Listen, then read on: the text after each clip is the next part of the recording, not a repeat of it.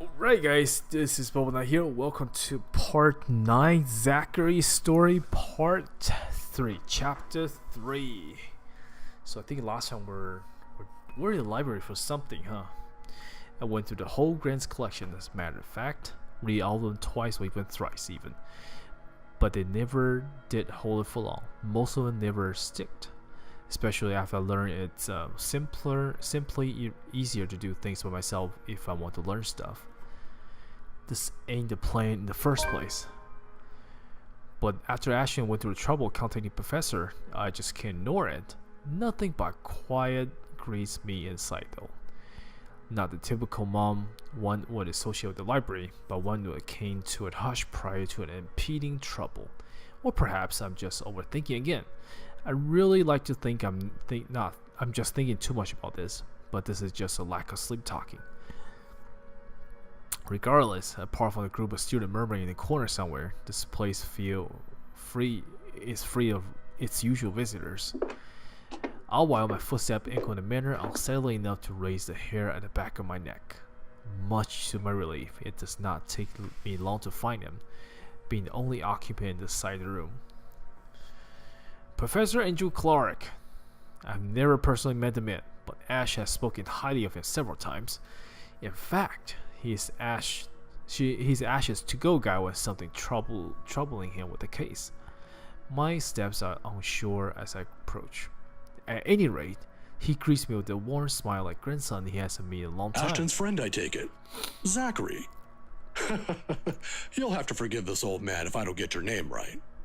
Oh no, you got it. It's Zach. Zachery Steele, Professor Clark. He gestured at the empty seat across the table while he returned to his books. The next couple minutes passed in relatively silence as he continued to read and take notes from the pile he's accumulating on the table. Maybe I should take a book first before heading here. Before I can even get far into that area, the professor clicked a book shut and set to the top of the stack next to him. Ashton told me you were hoping to get answers from me. Although I'm not quite sure what I could share, I'll do my best to help. Of course, there are a lot of things I want to ask. How do we get out of this mess is the first among tens. Hundreds of concern my mind. But in the presence of someone I barely know, the thought won't easily form. It's nothing but patient. But with enough time to mull over, a question finally forms. Do you believe in the paranormal, Professor? It's supernatural, actually. Don't worry. It's a common mistake to make. But they really are two different things. The other one deals with what we can't explain at the moment, while the other are things we may not have an explanation to. Here. He placed a couple of papers in front of me, the very same one he was writing on earlier. A solid Lexmore supernatural culture in a nutshell. A friend of mine wrote that a few years ago. He took interest in the city after reading about the stories. I have to agree with him here.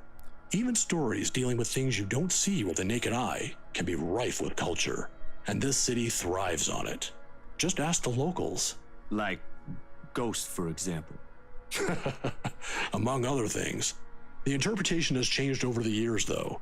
Various religions, for example, have their own version. It might not always be a spirit now. It could be a memory, or an imprint, an echo, so to speak. Some are born from curses, even. Out of great anger, hatred, or pain. There was this one story. Here it is. Another book is pulled out the stack and placed open atop the papers. While he speaks with such passion that makes me wonder if some part of him believes these to be true. It is interesting, though even I'm personally not a fan of such stories. And soon hours passed without my notice. In the end, it asked for something to be sacrificed in order to destroy whatever anchors the wraith.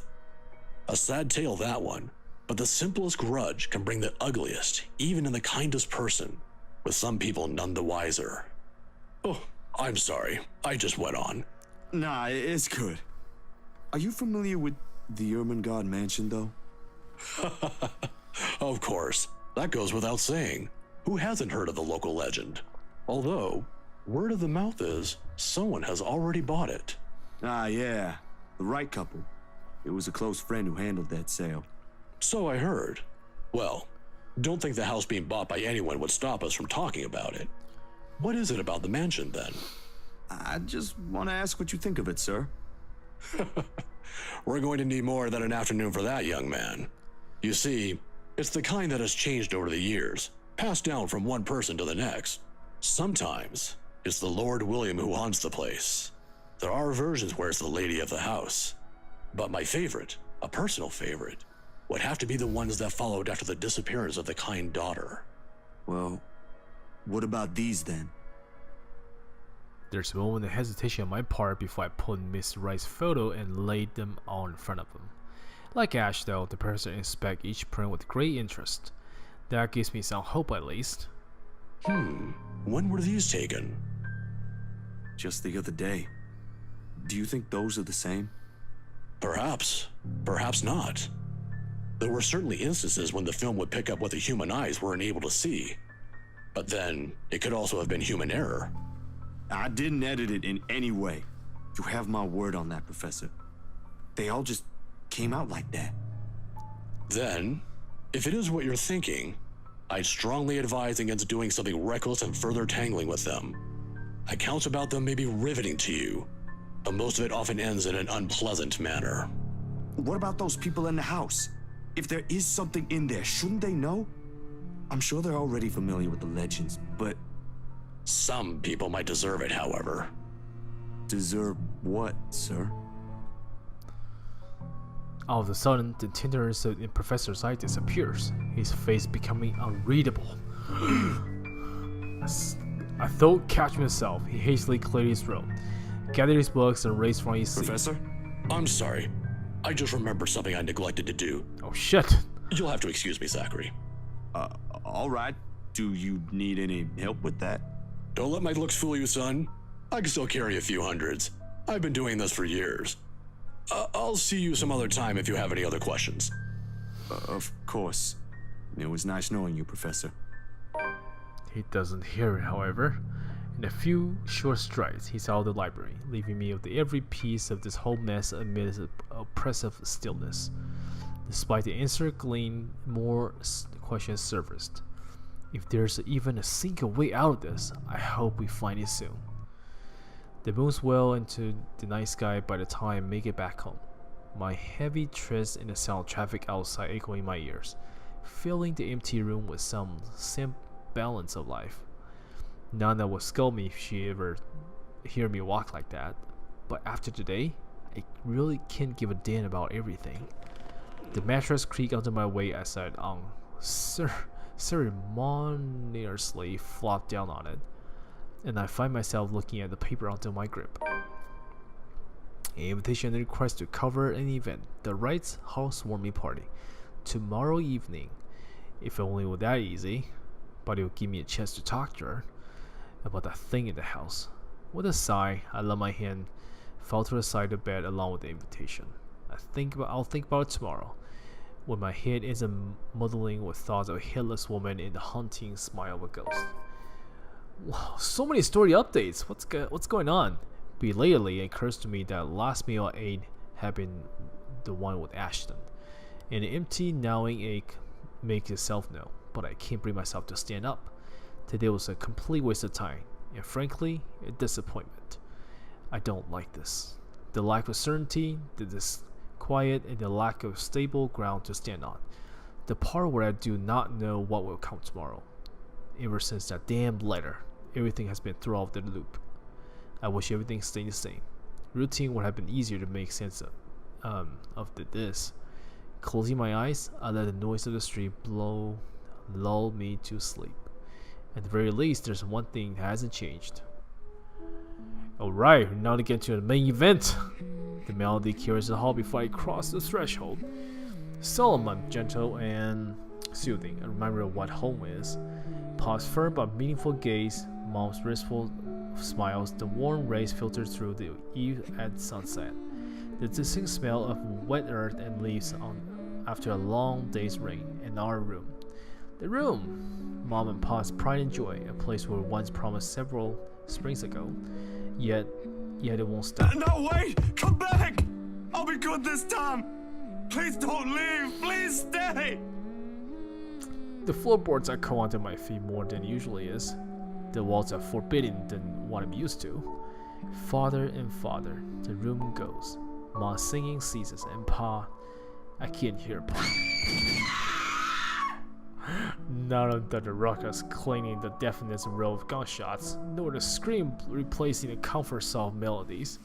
There's only the blinding fear. But when the light breaks... Are you still dreaming of that? Come on! Her skin's already taken a sticky pale color, round the most part, blood dripping from every open gash and lesion on her body. Bond hands grip on Hannah's neck like a noose, staining the skin under a vibrant shade of scarlet.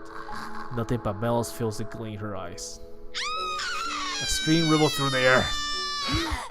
My whole body feels distant. Every limb's heavy to late, unable to move my will. Not even so I can wipe the beads of sweat forming on my temple. The gasping of my breath easily fills the room with the wee hours, while I force it back to a steady rhythm. There's a tightness in my chest and I can't shake it off. My heart pumping as if it's about to burst out. Something cold has settled in my legs. Not the usual chill that comes and goes the passing breeze from the window, but the strong enough to sticking shackle and leave a frigid sensation of creeping out to my skin. With every struggle I make, the pressure winds firmly around my legs. Tighter, and tighter, and tighter, and until it becomes too much. My heart stops.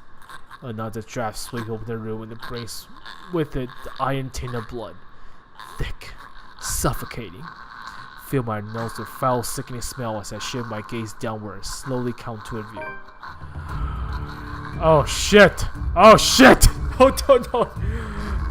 Oh, she wants him! Mouth stretched with a hideous smile, eyes brimming with nothing but madness.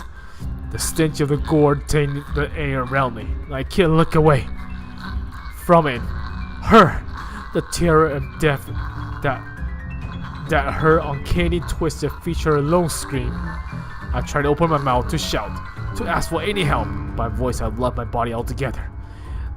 And all I have is a painful realization that no kind of play would ever save me from her. Then suddenly, the bed dips. The hell happened? Did I survive that?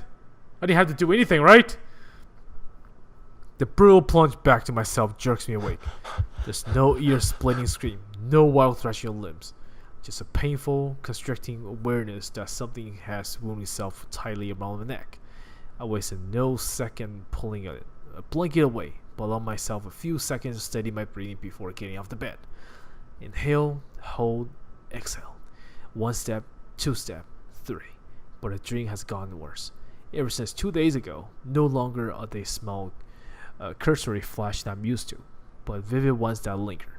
I can still feel the blood in my hands, the putrid smell of the rotten flesh, the sickening crunch of bones breaking in every movement, and her cold, chilling eyes as they bore into me. I drew in one ragged breath, and before I knew it, I'm walking out the door. Even in the wake of world it reeks. A bench on the park is far from the private place where thoughts at Lexborn, considering its location at the heart of the bustling city. But the early hours of morning provides enough peace and quiet for any poor problematic soul to have to be wandering around here. The city just waking up, a little later than usual.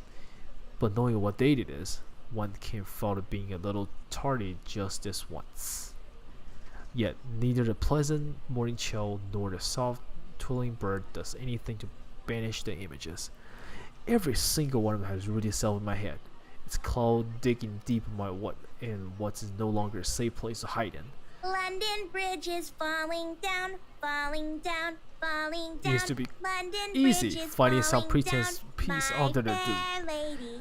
guise of the Take sheer the optimism key and lock followed by him up, regular lock routine. him up, Now lock him up. I don't Take even the know what to key make of and it. lock him up, Sometimes it's easier to my run, fair easier to lady. hide when something's falling apart. That London way, Bridge you don't is have to be the falling one to down, witness when it falling does. down, falling It down. worked when London things Bridge went is bad with the falling movie down, after all. my fair lady. It also what mom and Take pop a were key taking from and us. lock him up, Maybe it really lock him up, is better lock if I him- just... Hey, mister. Hey, buddy! Hey, mister! Is that achievement? Unlock, hey, mister? Tiny voice gave me a pause. When I look up, A little girl about the 6 or 7 is peering at me. 2 white eyes overflowing what can only be the natural curiosity of one typically seasoned children. I vaguely know that same gaudy uniform she's wearing before returning her greeting. Hey, kid. Kylie. Hey, Kylie. Kylie? That's my name. She's so cute. Actually, you know what? If you cover her body and just attach it with any anime body, like an adult female body, it works. It doesn't look like a kid. Mama said it's rude not to call people by their names. She then flops down on the empty space beside me. Her little legs, too short to touch the ground, swinging in tune with the song she hums under her breath. I don't mind kids. None will have often invited ones in our neighborhood to give them treats. Of course, but I didn't Sissel and I are both too old to play with them. But you get used to the commotion eventually. It's not completely as unpleasant as most people would imply. Kylie seemed to be a well-behaved kid anyway. Oh, sorry. Nice to meet you, Kylie. Is Mama here? No, but my big brother's with me. He's taking pictures with his camera over there. She points to the far end of the park, the one closer to the street where the kids taking shots of something above him. It doesn't look like be birds because all that side of the park were buildings. I don't see what's so interesting with the tip of a building, though. I'd take pictures of dogs if I were him. They're cuter. Do you have a camera too, mister? Yeah, I'm actually a photographer. Mama said I'm too young to get a camera. I'm sure your mama will eventually give you one. But won't you be late for school like this? Big brother will get us there on time. Rowan promised Papa. We aren't going to be late. It's sports day. So it's not good if you keep looking like that today. If it ends up raining and we lose, it's your fault. All right, I'll try not to upset the clouds today, kid. Is it because you're sick, mister? Probably. Before I knew it, a smile had spread over my face. They said that kids ask the toughest questions sometimes. And they sure do. With how sincere Kylie looks. Lying feels like doing her a huge disservice. No, not sick. Just having a very, very bad day. Why is that? Is that like when my big brother ate all of my pudding? He did that once and then cried. Wasn't Aww. very nice of him. I will give you a lot of puddings, little girl Kylie. Yeah, I think so. You can come to Uncle Bubbleknight. I'll give you all the pies. You see, there's this mean girl. She's giving my friends and I a lot of trouble. Hard to keep up when things are like that, you know? Especially when you can't do anything. It's kind of scary. Makes you wish things will just stay as peaceful as they used to be. Maybe she just wants to be friends with you? No. I highly doubt that. She already hurt one of my friends. What if she's just sad? Or maybe she just wants help. That's what happened with Melody. I let her borrow my crayon when she left hers. Now we're playmates. It's not really the same thing, Kylie. What she did, they're pretty bad things. I still think there's another reason. Maybe she's right. Did you try talking to her? That's what Mama said I should do. I don't think that'll work either. You haven't even tried yet. You sound like Rowan. You're just scared, mister. That strikes a chord. Maybe it's honesty in her tune that's simply the truth in its word self. I don't know why, but I can't help it. I laugh, loud enough to disturb an elderly couple taking a leisure walk nearby. Why are you laughing? That's nothing. You're a really smart kid, you know that? That's what I've been doing, ain't I? Go full speed ahead, then backtrack when the going gets tough. Stay in my safe zone because that's what I know. Once Dr. Navarro said I should be the first willing to deal with my problems before anyone else. I didn't show up to the next appointment after that, but he's right. And although I hate to admit it, knowing what I've seen, but the kid makes a good point too. I've been caught up with thinking there might not be a way out. Maybe there isn't, maybe there is. But that doesn't mean I should just leave it up to fate. Aren't spirits supposed to be humans before, too? Had humans cared about living a life of their own, smile and laugh like the rest of us does? That's exactly right. If any ghost kills you, like any ghost hunts you and kills you, assuming they're true, when you become a ghost, you should beat the shit out of them. You should do it, alright? Did they really lose all after death? You better get to school though, or you'll miss sports day. You should have won yourself some awards, alright? Alright. Can I show it to you when I do? That can cheer people up, right? Right. In the distance, her brother calls for her, and I took as a sign to leave. Got things to do to face. The first few steps they say. I'm good now, I think. Thanks to you. Besides, Mr. needs to go. But you should show it to Mama and Papa. I'm sure they'll be proud of you, Kylie. I will. Thanks, mister. Bye. Bye. I give her a little pat on the head before heading my way. A small gesture of thanks from a stranger she didn't know she might have helped. She might not understand it now, even though at such a young age she already has this understanding of things. But maybe when she's older, when the world no longer seems too big for her. But aren't you going to help me, mister? With what? Confused, I glanced back. Holy shit! I thought you were the one of the... Dude. Alright guys, can you see your face? I can't... Okay, I guess with my camera here, I can't let you guys see your face. Let me... Hang on one second, guys. Alright, there! Holy crap, dude. The frigid air is most definitely not how the morning chill should feel like. Bitter, stinging, unwelcoming. And the kid... What do you think, mister? Are you going to help me? Well, since you asked nicely, stop with that freaking look. I would have helped you a long time ago. What do you want from us? The response never comes, however, because when I blinked, gone. Hello? Mister? Are you okay? Oh, she's okay. For several fasting seconds, I let my stare link on her face, waiting for any sign of another change. But all that remains there is another carefree smile of a child. None of the spite. None of the cold, bloody smile. Nothing. I really need to go, Kylie. It was nice meeting you. That shit will screw up your head, man. Again, mister? See you later. Goodbye. I break into a run. I don't look back.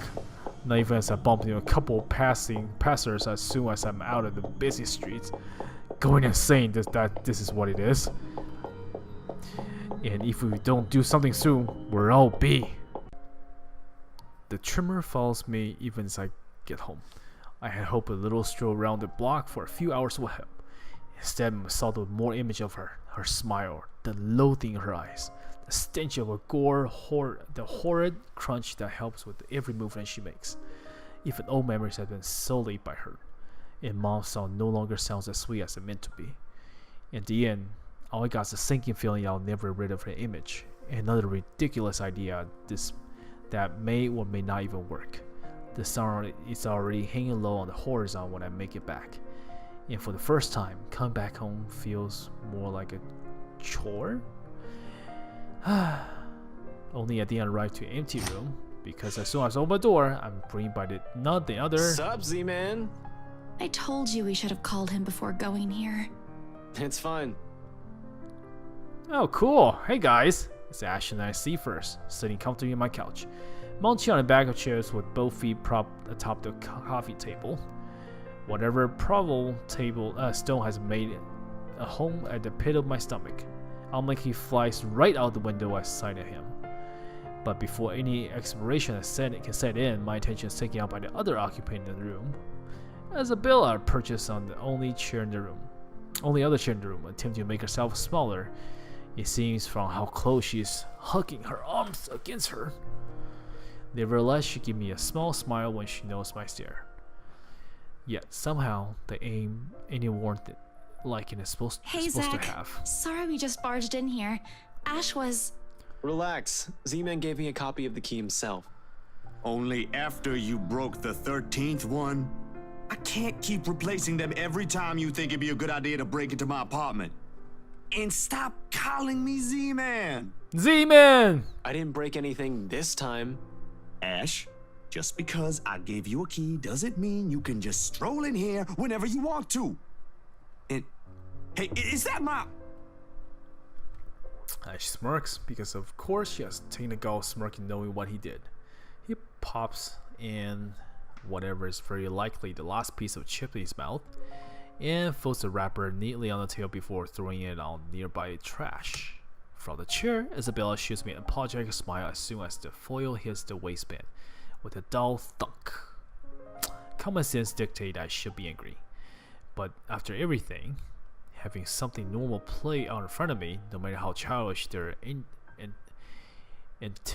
antics can get, I can't bring myself to muster even a tidbit of it.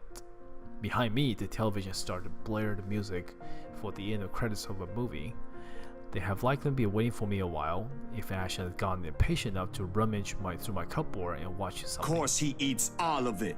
You know, I was saving that for the weekend. Did you at least share some with Bella? Don't worry about it. I'm good, Zach. Really? It's free food, you know? What was that you usually say? You don't say no to free food? What happened? No, I'm just not hungry. I had the own shrug at the question in my eyes. I can't be the only one who finds this vibe she's giving up to be odd, and the guy has no doubt already caught up the wind of it. Aye. But if you want something, just say so. I've got a fully restocked pantry right here at your disposal. Still not a 5-star level thing, but for an empty stomach, it'd do. Just say the word. Thanks, Zach. Maybe next time. Food is not really what we came here for.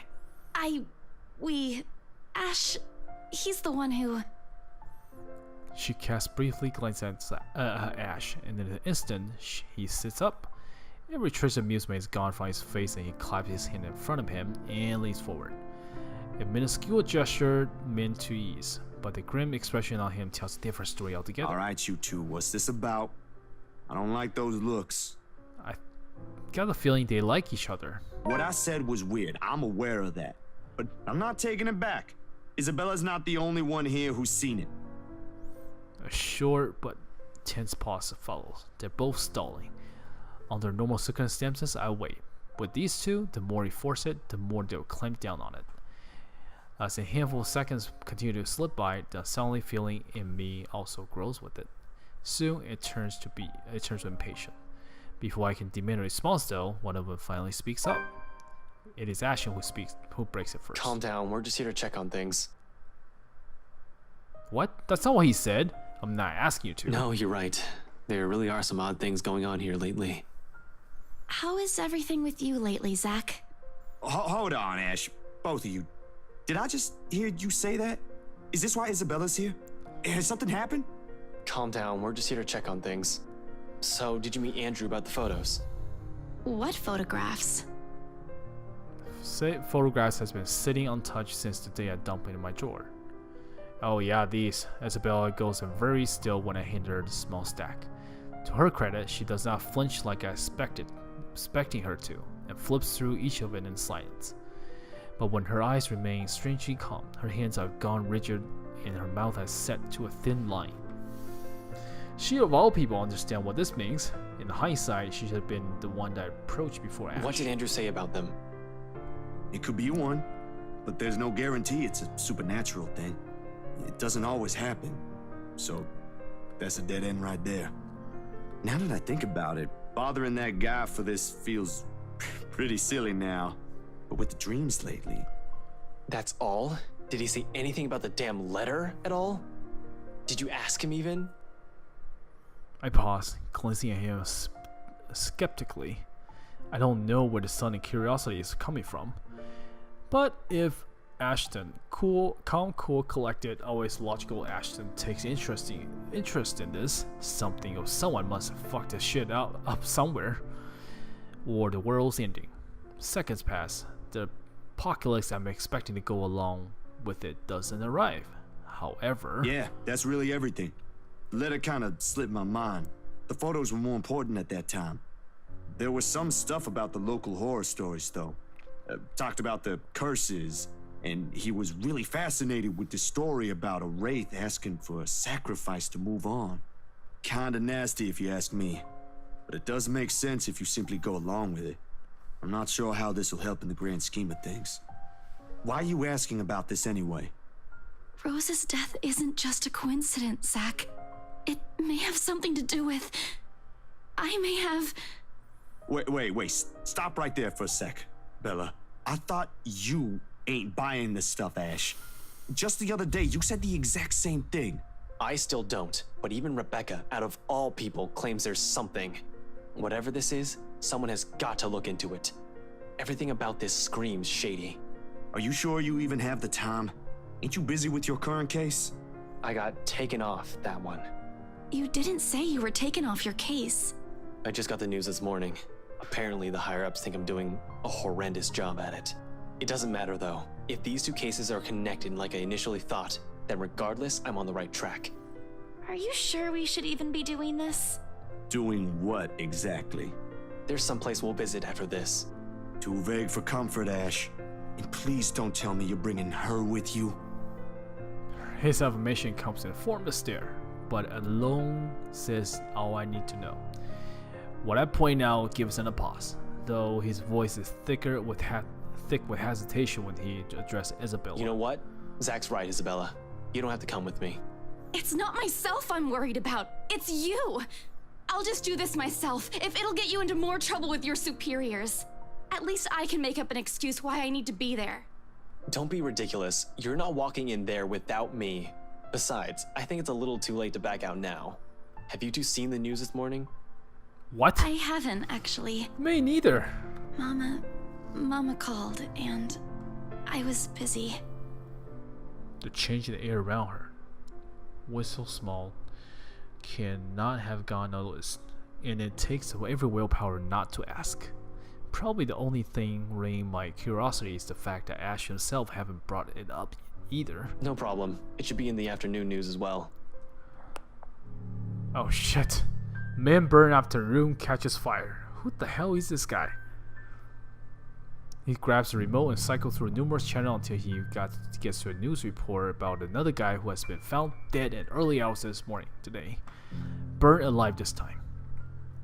Oddly, no fire has spread. Whatever damage has been contained within a place the body was found. The room itself, however, has been completely vandalized. Help me! Help me! Help me! Another murder, the authority claimed. Isabella and I knew better. None of us shifts even after the report ends, but the room suddenly felt stifling. Ashton's eye has gone hooded with what appears to be restraining anger, and the remote in his hand creaked mildly under his grip. The stone is back in my stomach. A tiny little thing gripping my inside, growling on every passing second as the dread sinks in. In the thickest of it, Isabella's voice is the only one that breaks the hush. A small, weak thing on its own that wavers unevenly between the words, but every syllable heavy with meaning. This is because of that thing, isn't it? I did this somehow. When it fades, all he left the air is her doubt, fear. While we can do is cope. We can still fix this. This is the only direction we're gonna pick, right? So let me check out the branching tree right now. So we've gone through all these. Holy crap, we're very long, so we can fix this. It doesn't matter really. Because the next thing that's gonna happen is gonna be a long of nothing than the main story. Okay, we can fix this. It ain't too late. We could still fix this. There's 3 of us here. 4 if you count Rebecca. No, she's staying away from this. She lifts her gaze at me, her eyes steadily and shoulders square as she holds against the baffled look I gave her. Although in the next second, it immediately softens, and it takes me by surprise nevertheless. In those brief moments, it's like I face a different person. I don't want to involve her in this any more than I already have. Both of you as well. I already said it. That's completely out of the question. Stop asking. Still in all, that's 2 extra heads who can do the thinking. Between us 3, I'm sure we'll figure something out pretty soon. Don't make this whole thing sound like it's a piece of cake to deal with. It ain't. But better than sitting around, yeah? Plan is still a plan. You're going to shoot yourself in the foot one day with that kind of thinking. We don't even know who's doing this. The last 2 murders might just be similar incidents done by 2 different suspects. Hasn't stopped you from going after them before. Remember that time when you... Okay, stop right there. There will be no retelling of that incident today, Z-Man. Or ever. Keep calling me Z-Man and maybe I will. So Isabella laughs, though mumbled by her hands, and rings light and easy against the thick tension in the room. Still a far cry from the usual cheer she carries, but brings a welcome shift in the otherwise dreary mood. Thanks, you two. I'll tell you about it when he's not around. Give it up, Z-Man. She's not interested. Who says I'm not? Ash makes a face but chuckles at it, just despises himself. Why am I even friends with you two? And like this, most of our worries ebbed away, if only for a few moments. They take their leaves a mere minutes to close the sundown. But regardless of the lighter mood, little has been said of their plans, only vague hints of what they're aiming to do after.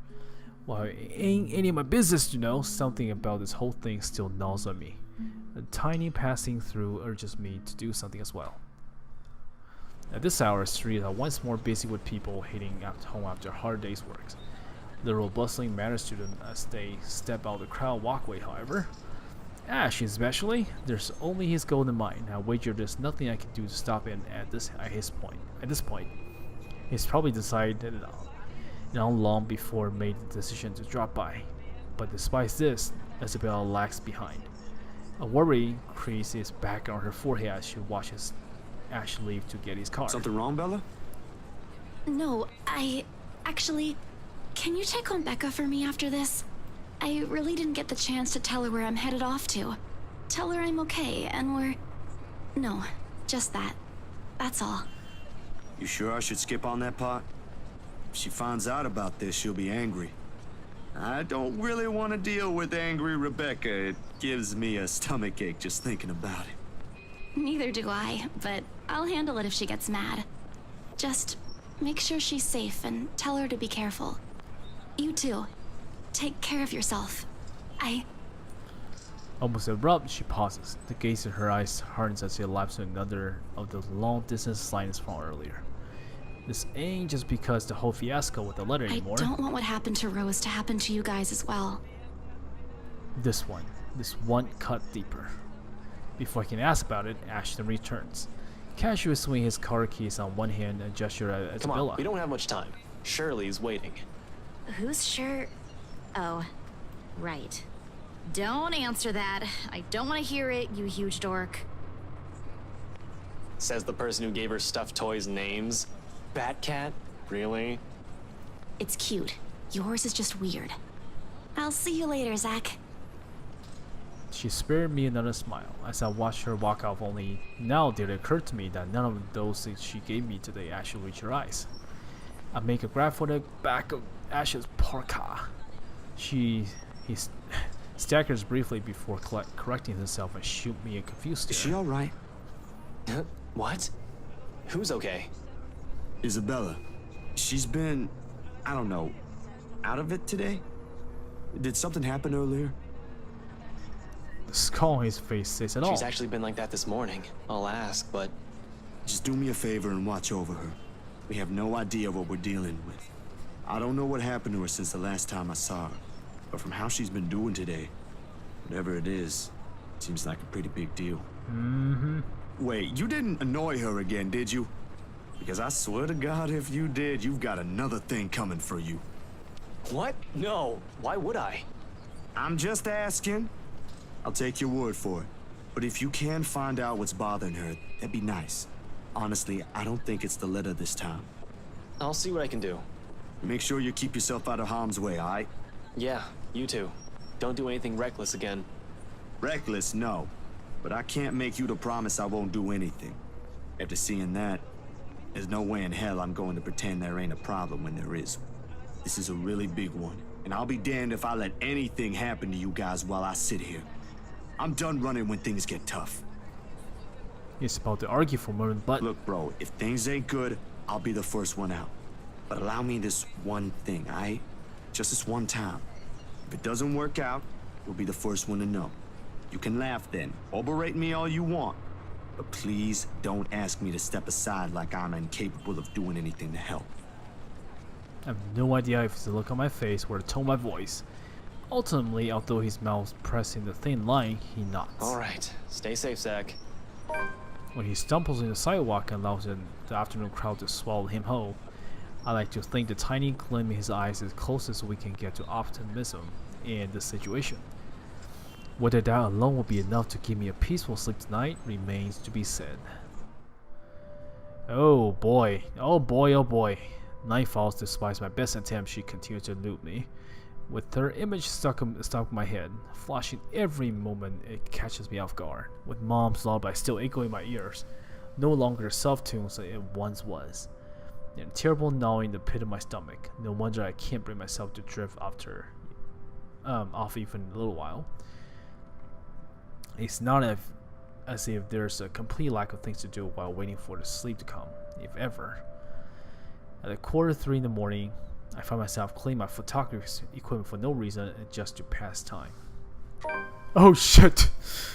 It's never good when you see this. Although if I'm going to be honest, it's not the night terrors that keep me wide awake tonight, but the anxiety and hope that I'll hear from Ash and Isabella soon. And for what's perhaps the 42nd time, my eyes shift over to the end of the table where my phone lies still. I have not heard from them since they left.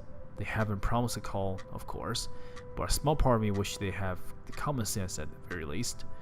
Waiting is a tough game, and with the concern stretching out every minute far longer than usual, it is possible more pleasant thoughts not to enter my head. Moreover, it does seem to help when the clocks finally strike 3. Shit! No, not again! My hand stills. It'd be a complete utter lie to say my heart didn't leap straight to my throat in that brief second. My whole body has gone motionless. Eyes, ears, straining for any further sounds. A couple of 10 seconds pass. Nothing. Of course, how did the old building I'm staying in power fluctuate in anything new? Every now and then this will happen, leaving me a few tenants in a rather bad mood. Nothing unusual anymore after a few years of living here. But this time, the sudden hush brings a stillness that raises the hair at the back of my neck and sets my heart beating hard against my chest. Something reeks in the air. In instance, this place is no longer home. It is a prison. Every wrenching in my fiber and my being screams me to leave. I force myself to swallow a clear head as I lay down my cleaning tools. No, pick out your cleaning tools. Whatever you have, stab her. And begin to gather together the rest of my things scattered on the table. The camera's body, lenses, filters, diffuser, phone, anything my hand can reach. But in result of panic, like nightmares, it has seemed to reach me at first. A foul, putrid smell filling my lungs with a heavy stink of death. My fingers come tight to the camera, holding it close to my body as the tiny thing will provide enough protection to whatever it is with me in the room. It won't, but it's the only comfort I have. And knowing that whoever she is, she had once been human. Perhaps not at all is gone. Perhaps somewhere is still there. Hello? I know you're in here. What do you want? Something moved behind me. A soft scuttling over the walls, followed by a squelch, painful creak of what can only be run flesh and broken bones. With the hesitation, I whirl around, my fingers and camera ready, patiently waiting for another movement. I can help you. Whatever it is that keeps you here, I can help. That's what the letter's for, ain't it? You don't have to keep taking people's lives. There's a brief moment of silence after, and for a short while I think my plea worked. Then with no warning, the shuffling resumes, along with the sobbing old woman. No! I don't want to move my mouse!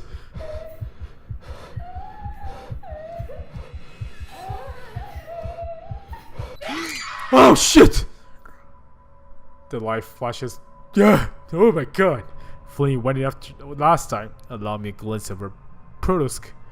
misshapen feature before it's once again lost in darkness. All of a sudden, her tone changed, no longer soft cry, but a high-pitched shriek brimming with pain, grief, and anger. Every ounce of courage I mustered flee my body at the sound. And the next thing I knew, my hands gripping the knob, and I'm reaching the door open. Her wail followed me as I flee into the night. The pacing has always been more Ashton's thing than mine. When I want to think back, I said it, let the minutes tick by until the idea comes to mind when my pulse settles down. Damn, I saw Isabella had it tough. And yet, dry leaves and twig crack onto my shoes as I make another past them. Tears too wild to describe what this is. There's no way in hell I'm going back. Whatever she is, pleading won't work. The moment we saw the letter, she's been after us. I can't run. Not this time. You're damn right! Nearly 2 hours have gone by since I left to comfort my room for the solitude of the park. The 2 excruciating hours since I started making calls. No one's answering. Like for Rebecca, who has always keep her phone line open in case of other people needs her. Or Isabella, who frequently checks her for any message and ready response as she can afford. Wait, what? It does not help that Ash hasn't said a word where he went off to as well. Damn it! I knew I should have asked him before I let him leave. Knowing him, he can be anywhere. But there's really only one place he'll like to be at this time. Sorry, peek over the horizons I'm making a tournament. I have no idea what I'm expecting to see when I got here. There's Ashton first and foremost, and part of me wishes my assumption are correct. And he's really somewhere close by on the stakeout. Let me see how far am I in the branching trees. Oh my god, we're almost finished. So I bet next time we should be able to finish. Yeah, that's right, you heard me say it. Because I'm going to end the episode right here. I think I'm getting really tired. But we got a good scare out of the last one. That was awesome. Let me save really fast. So my relationship with Isabel and Ashton, as rightfully well, is pretty high up, as well as for some Hannah ones. So, oh man. So next time we should be able to finish with Zachery's story and see what's going on. I'm really interested in the girl. So she's a rave. Maybe she's a sacrifice or something. So, but until then, I'll see you guys in the next part. Bubbleknight signing out. I'll see you guys next time. Peace out, guys. Thank you for watching.